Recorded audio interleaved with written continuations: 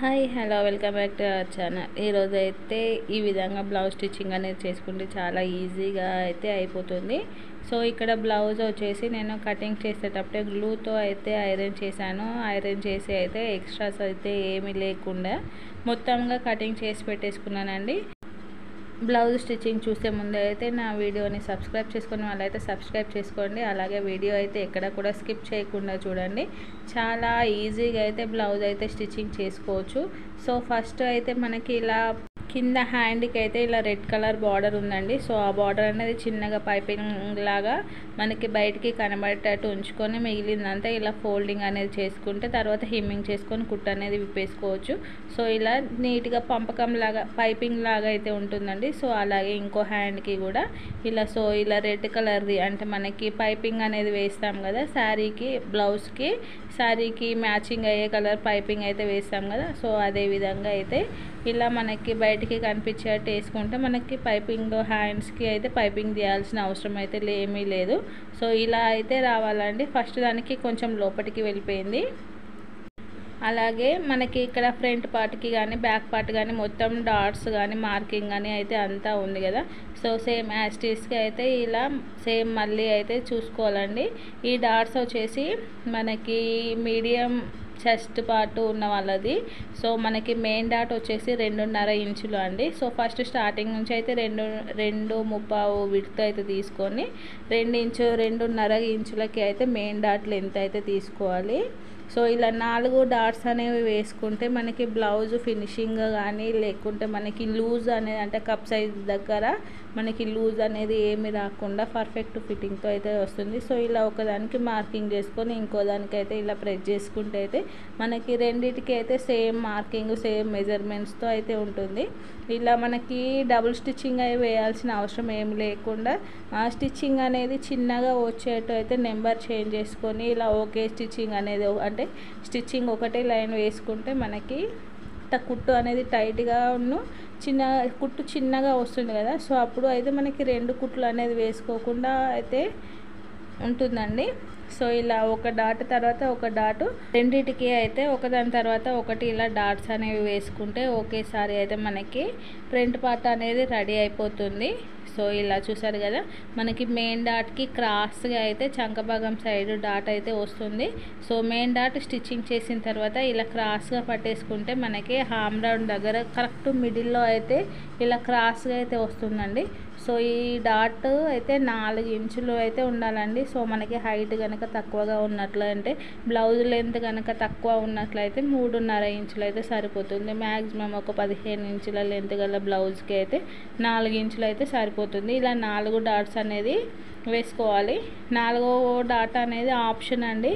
So కొంతమంది కంపల్సరిగా 4 dots blouse stitching అయితే చేయమంటారు. సో ఎందుకంటే మనకి ఇలా రౌండ్గా కాకుండా కొంచెం షార్ప్నెస్ షేప్ లాగా అయితే వస్తుంది. అలాగే కప్ దగ్గర అయితే ముడతలు రాకుండా నీట్గా అయితే ఉంటుంది. దానికోసం అయితే 4 డాట్స్ బ్లౌజ్ అయితే చాలా మటుకైతే ప్రిపేర్ చేస్తారండి. సో ఇలాగే మనకి ఫ్రంట్ సైడ్ డాట్స్ అనేది స్టిచ్చింగ్ అయిపోయిన తర్వాత ఇలా బ్యాక్ సైడ్కి కూడా వెంబడే మనం డాట్స్ అనేది వేసుకున్న తర్వాత మనం మిషన్ నెంబర్ అనేది చేంజ్ చేసుకోవచ్చు. సో ఇక్కడ మనకి ఇలా మిషన్ నెంబర్ అనేది చేంజ్ చేసుకుంటే ఓకే కుట్టుతో అయితే ఫాస్ట్గా అయిపోతుందండి. డబుల్ స్టిచ్చింగ్ చేయాలి అంటే మళ్ళీ డబుల్ అయితే టైం అనేది ఎక్కువ అయిపోతుంది కదా.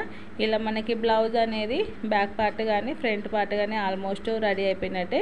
ఇక్కడ షేప్ పట్టీలు స్టిచ్చింగ్ చేసుకోవాలండి. సో మనకి ఇలా 4 డాట్స్ అనేది వేసుకుంటే ఇలా ఫ్రంట్ పార్ట్ అనేది ఇలా కరెక్ట్గా అయితే ఉంటుంది. బ్రా ఫిట్టింగ్తో అయితే వస్తుందండి. సో ఏదైనా కూడా మనకి 4 డాట్స్ అయినా 3 డాట్స్ అయినా కూడా మనకి ఫిట్టింగ్ అనేది మెయిన్ డాట్ దగ్గర కరెక్ట్గా డిపెండ్ అయి ఉంటుంది కాబట్టి మనకి మెయిన్ డాట్ అనేది కరెక్ట్గా వేసుకోవాలి. సో చెస్ట్ సైజుని బట్టి మనము డాట్ విడ్త్ అనేది తగ్గించుకోవాలా పెంచుకోవాలా అనేది అయితే మనకు అది ఒక్కటి తెలిసి ఉండాలి. సో మనము ఇక్కడ షేప్ పట్టీకి వచ్చేసరికి మనకు 3 లేయర్స్ కంపల్సరీ ఉండాలండి. So first main cloth original పైన లైనింగ్ పెట్టాలి. లైనింగ్ పైన మళ్ళీ ఇలా వేస్ట్ క్లాత్ అయితే పెట్టేసుకోవాలి. ఇలా పెట్టిన తర్వాత కింద స్ట్రైట్గా కుట్టేసుకోవాలండి.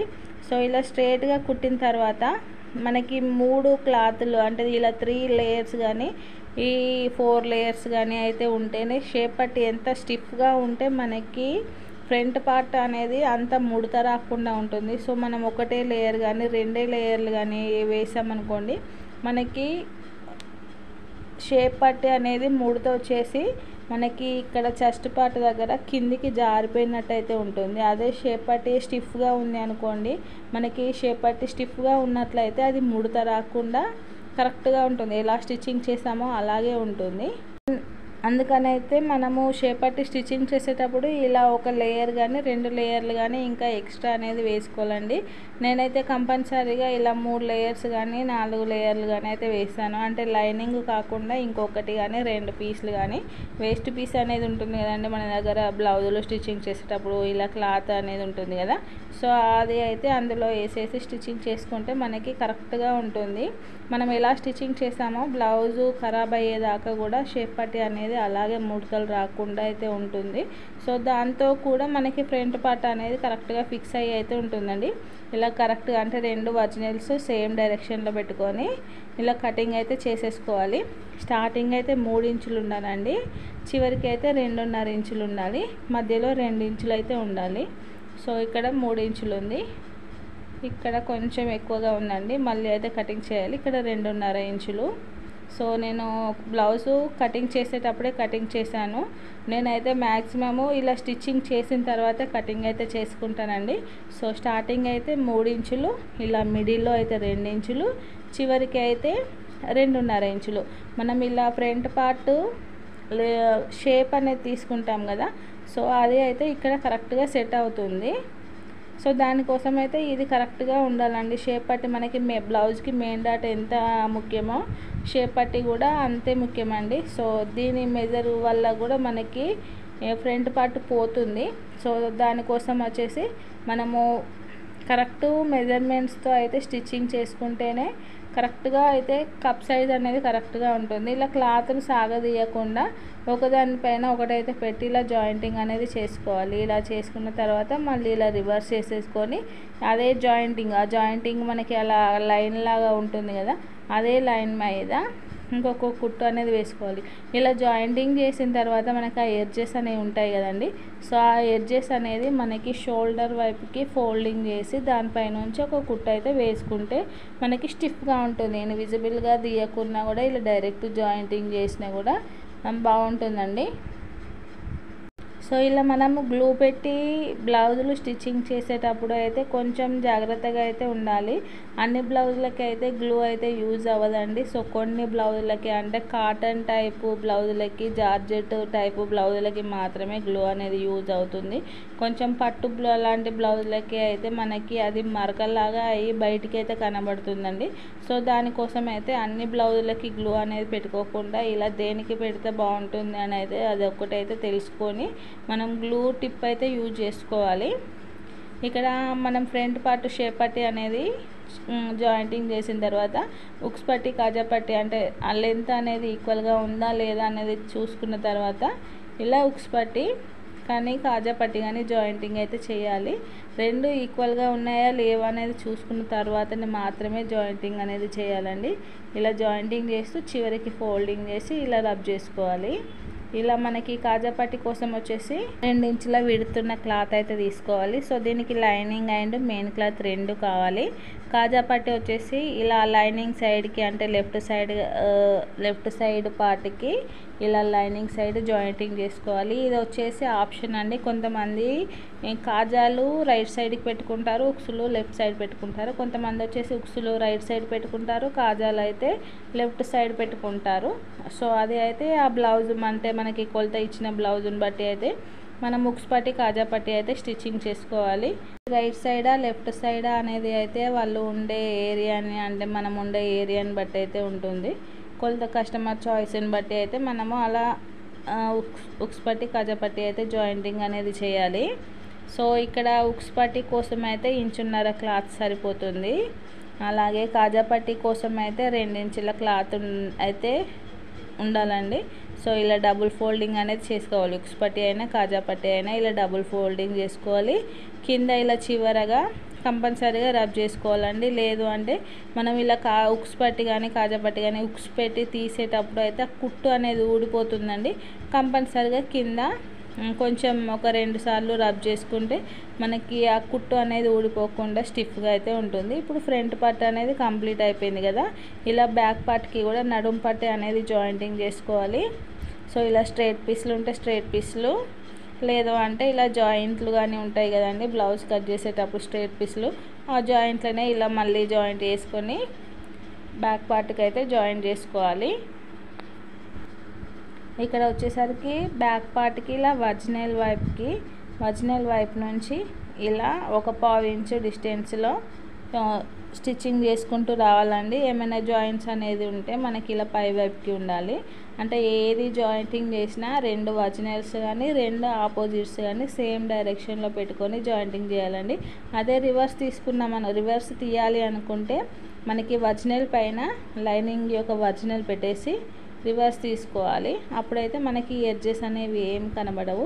ఇలా జాయింటింగ్ చేసిన తర్వాత ఈ ఎడ్జెస్ అనేవి ఉంటాయి కదా, అవి లైనింగ్ సైడ్కి అంటే మనం జాయింటింగ్ చేసిన స్ట్రైట్ పీస్ ఉంది కదా, సో ఆ స్ట్రైట్ పీస్కి సైడ్కి పెట్టేసి దానిపైనే కుట్టు అనేది పడాలండి. సో ఆ ఎడ్జెస్కి లైనింగ్ పై నుంచి కుట్టు పడాలి. ఇలా కుట్టు పడిన తర్వాత మళ్ళీ ఇలా దీన్ని లోపటి వైపుకి ఫోల్డింగ్ చేసి అదే లైనింగ్ పైన అంటే ఒక 1/2 ఇంచ్ కానీ 1/4 ఇంచ్ కానీ దానిపైన కుట్టు వేసుకుంటూ రావాలి. తర్వాత హిమ్మింగ్ చేసి అయితే అది ఆ కుట్టు అనేది విప్పేసుకుంటే మనకి నీట్గా ఉంటుంది.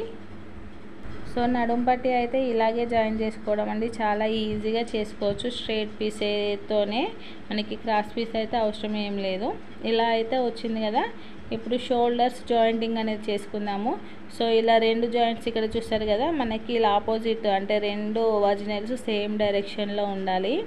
సో ఇక్కడ మనకి ఆపోజిట్ అంటే కాజా పట్టి వచ్చేసి మనకి రైట్ సైడ్ షోల్డర్కి అయితే వస్తుంది. అలా చూసుకొని అయితే జాయింటింగ్ అనేది చేసుకోవాలి. షోల్డర్స్ వచ్చేసి కంపల్సరీగా డబుల్ స్టిచ్చింగ్ అనేది వేసుకోవాలండి. సో మీకు ఏమైనా డౌట్ ఉంటే అయితే కామెంట్ చేయండి, తప్పకుండా నేనైతే రిప్లై కానీ వీడియో రూపకంగా కానీ అయితే చేసి చూపిస్తాను. అలాగే ఇక్కడ హ్యాండ్స్ కూడా జాయింటింగ్ అయిపోయింది, అలాగే లోతు కూడా తీసేస్తాను కదా. సో ఇది మనకి రైట్ సైడా లెఫ్ట్ సైడా అనేది అయితే ఒకసారి చూసుకొని మరి జాయింటింగ్ అనేది చేసుకోవాలి. సో ఇక్కడ హ్యాండ్ జాయింటింగ్ చేసేటప్పుడు మనకి షోల్డర్ పైన జాయింట్స్ అనేవి ఉంటాయి కదా, ఆ జాయింట్స్ అనేవి బ్యాక్ సైడ్ పెట్టేసుకోవాలి. అలాగే హ్యాండ్ యొక్క మిడిల్ షోల్డర్ యొక్క మిడిల్ దగ్గర నుండి మాత్రమే జాయింటింగ్ అనేది చేసుకోవాలండి. సో మనకి కరెక్ట్గానే ఉంది కదా లెంత్ అని అయితే చివరి నుండి మాత్రం జాయింట్ చేయకూడదు. సో ఇలా మిడిల్లో నుంచే జాయింట్ చేయాలి. జాయింట్ చేసేటప్పుడు అయితే పైన క్లాత్ని కానీ కింద క్లాత్ని కానీ లాగదీయకుండా అయితే స్టిచ్చింగ్ చేసుకుంటూ రావాలి. సో ఇలా ఒక సైడ్కి స్టిచ్చింగ్ చేసిన తర్వాత మళ్ళీ ఇలా మిడిల్లోకి వచ్చిన తర్వాత మళ్ళీ క్లాత్ని అయితే సెట్ చేసుకొని మళ్ళీ ఆ మిడిల్లో నుండి ఇంకో చివరకు అయితే మనం జాయింటింగ్ అనేది చేసుకోవాలండి. సో ఇలా అయితే నీట్గా వస్తుంది. మనకి షోల్డర్ అనేది కరెక్ట్గా మన బాడీ షోల్డర్ పైన కూడా కరెక్ట్గా ఫిక్స్ అయి ఉంటుంది. అదే చివరి నుండి చేసుకున్నాం అనుకోండి మనకైతే హ్యాండ్ సైడ్కి తిరిగిపోతుందండి. సో దానికోసం అయితే మనము హ్యాండ్ యొక్క మిడిల్ షోల్డర్ యొక్క మిడిల్ అనేది 2 కరెక్ట్గా చూసుకున్న తర్వాతే కరెక్ట్గా చూసుకొని జాయింటింగ్ చేసుకోవాలండి. ఎక్కడ పడితే అక్కడ మిడిల్ అనేది పెట్టేసి మనం జాయింటింగ్ చేయకూడదు. అలాగే సెకండ్ హ్యాండ్ కూడా స్టిచ్చింగ్ అనేది చేసేసుకుందాము. అలాగే హ్యాండ్స్ జాయింటింగ్ అనేది అయిపోయిన తర్వాత మనము నడుం లూజ్ అనేది చూసుకోవాలి. సైడ్ జాయింటింగ్ అయితే చేసుకున్న తర్వాత పైపింగ్ అనేది చేసుకుందామండి. సో సైడ్ జాయింటింగ్ అనేది చేసుకునేటప్పుడు మనకి నడుం లూజ్ ఎంత వస్తే అందులో 4వ భాగం అయితే చూసుకోవాలి. సో ఇక్కడ నడుం లూజు 34 అండి. సో 34 అంటే మనకి 4వ భాగము 2వ భాగము 14 7 అయితే వస్తుంది కదా. సో ఈ 7ను అయితే ఇలా 4 సైడ్లకి కరెక్ట్గా 7 అనేది మార్కింగ్ చేసుకోవాలి.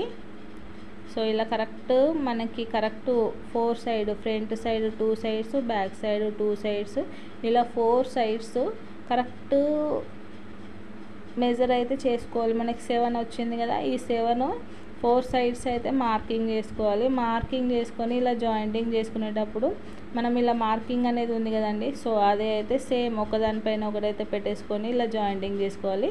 ఇలా కింద చిన్నగా రబ్ చేసిన తర్వాత మనము హార్మ్ రౌండ్ అయితే కరెక్ట్గా స్ట్రైట్గా పెట్టేసుకోవాలండి. స్ట్రైట్గా పెట్టేసుకొని మనకి ఇచ్చిన కొలత దాని ప్రకారంగానే బాడీ కొలతలు కానీ ఏవి ఉంటే అవి అయితే హార్మ్ లూజ్ చూసుకోవాలి. Arm loose and hand loose అయితే చూసుకోవాలి. హార్మ్ లూజ్ వచ్చేసి 8.5 ఉందండి. సో ఇక్కడ 8.5కి అయితే ఒక మార్కింగు, అలాగే హ్యాండ్ లూజ్ వచ్చేసి 6 ఇంచులు, 6 ఇంచులకైతే ఒక మార్కింగ్. ఇలా 2 మార్కింగ్స్ వేసుకొని మన హార్మ్ రౌండ్ దగ్గర అయితే కొంచెం చేతితో అయితే పట్టుకోవాలి. కింది నుంచి జాయిన్ చేసేటప్పుడు ఇలా పట్టేసుకొని మళ్ళీ చివరికి అయితే ఒక హ్యాండ్ పెట్టేసుకుంటే ఇలా చిన్నగా రబ్ చేసుకుంటే మనకి స్ట్రైట్గా అయితే హ్యాండ్ జాయింటింగ్ అయితే వస్తుంది. ఇలా పక్కకి ఒక 2 కుట్లు అయితే వేసుకోవాలండి. అలాగే ఇంకో వైపుకి కూడా జాయింటింగ్ అనేది చేసుకుంటే మనకి బ్లౌజ్ 99% అయితే కంప్లీట్ అయిపోయినట్టే. అలాగే ఇంకో వైపుకి కూడా ఈ 2 మిడిల్స్ అంటే 2 మార్కింగ్స్ అయితే సేమ్గా పెట్టేసుకొని ఇలా జాయింటింగ్ అనేది చేసుకోవాలండి. ఇలా కింద రబ్ చేసినాం కదా, రబ్ చేసిన తర్వాత మనం పైన ఇక్కడ హార్మ్ లూజ్ మార్కింగ్ ఎంత వచ్చింది, 8.30 వచ్చింది, 8.5 వచ్చింది కదండి.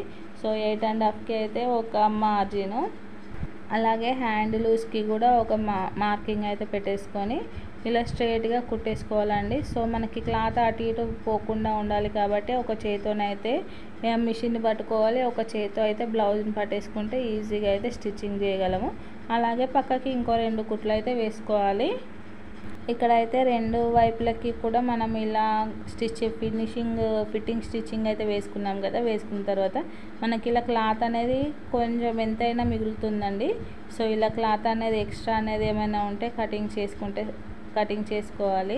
ఇలా కటింగ్ అనేది చేసుకున్న తర్వాత మనకి బ్లౌజ్ అనేది కరెక్ట్గా ఫినిషింగ్ అయితే అయిపోయిందండి. సో ఇక్కడ చూసారు కదా, హామ్ దగ్గర కూడా మనకి ఎక్కడ కూడా ఎక్కువ తక్కువ అనేది రాకుండా కరెక్ట్ ప్లస్ సింబల్ అయితే వచ్చింది. మనం ఎంత ఫాస్ట్గా బ్లౌజ్ స్టిచ్చింగ్ చేసినా కూడా మనకి సేమ్ ఫిట్టింగ్ అనేది రావాల్సిందే. ఇలా స్టిచ్చింగ్ అనేది చేసిన తర్వాత చెస్ట్ లూజ్ అయితే చూసుకోవాలి. మనకి ఇచ్చిన బ్లౌజ్ది అండ్ మనకు కుట్టిన బ్లౌజ్ది అయితే చెస్ట్ లూజ్ అనేది చూసుకోవాలి. సో రెండింటికి అయితే ఈక్వల్గానే ఉంది, 8.5 అయితే ఉంది. సో బ్లౌజ్ అయితే సెట్ అయిపోయినట్టే అండి. ఇప్పుడైతే మనం పైపింగ్ అయితే చేసుకుందాము. సో ఇక్కడ రెడ్ కలర్ అనేది ఎక్కువగా ఉంది కదా, ఈ రెడ్ కలర్ క్లాత్ని అయితే క్రాస్గా అయితే కటింగ్ చేసుకోవాలి.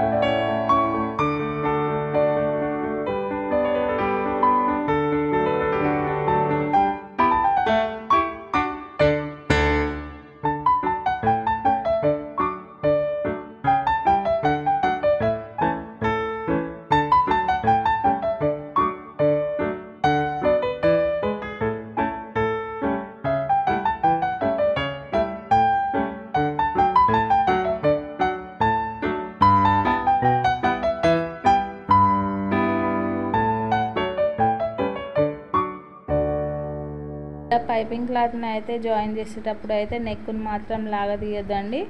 మనం పైపింగ్ క్లాత్ అనేది క్రాస్ పీస్ తీసుకోవాలి. సో ఇలా జాయింటింగ్ చేసిన తర్వాత చివరికి వచ్చేసి ఇలా చిన్నగా ఫోల్డింగ్ అయితే చేసుకొని రబ్ చేసుకోవాలండి. ఇలా రబ్ చేసుకున్న తర్వాత మనం చిన్న చిన్న టక్స్ అనేవి ఇచ్చుకుంటేనే మనకి ఇలా థ్రెడ్ లేకుండా పైపింగ్ కానీ థ్రెడ్ పైపింగ్ దేనికైనా కూడా నీట్గా అయితే వస్తుంది. మనకి స్ట్రైట్గా ఉన్న దగ్గర అయితే ఇలా కట్ మార్క్స్ పెట్టుకోవాల్సిన అవసరం ఏమీ లేదు. కానీ రౌండ్గా తీసుకున్నప్పుడు అయితే మనకి రౌండ్ నెక్ షేప్లకి కానీ ఏదైనా రౌండ్ షేప్కి కానీ మనం పైపింగ్ అనేది చేయాలంటే ఇలా క్లాత్ అనేది జాయింట్ చేసిన తర్వాత చిన్న చిన్నగా ఇలా కట్ మార్క్స్ అనేది ఇస్తే మనం ఫస్ట్ ఎలా కటింగ్ చేసామో సేమ్ అదే మోడల్లో అయితే మనకి ఫినిషింగ్ అయితే వస్తుంది. సో పైనుంచి ఇలా అంటే మనకి ఆ జాయింటింగ్ ఆ రెడ్ కలర్ క్లాత్కి గ్రీన్ కలర్ క్లాత్కి మిడిల్ లైన్ అనేది ఉంటుంది కదా, ఇప్పుడు మనం స్టిచ్చింగ్ చేసే కుట్టు అయితే అక్కడ ఉండాలండి. సో ఈ విధంగా అయితే మొత్తం కుట్టుకుంటూ రావాలి.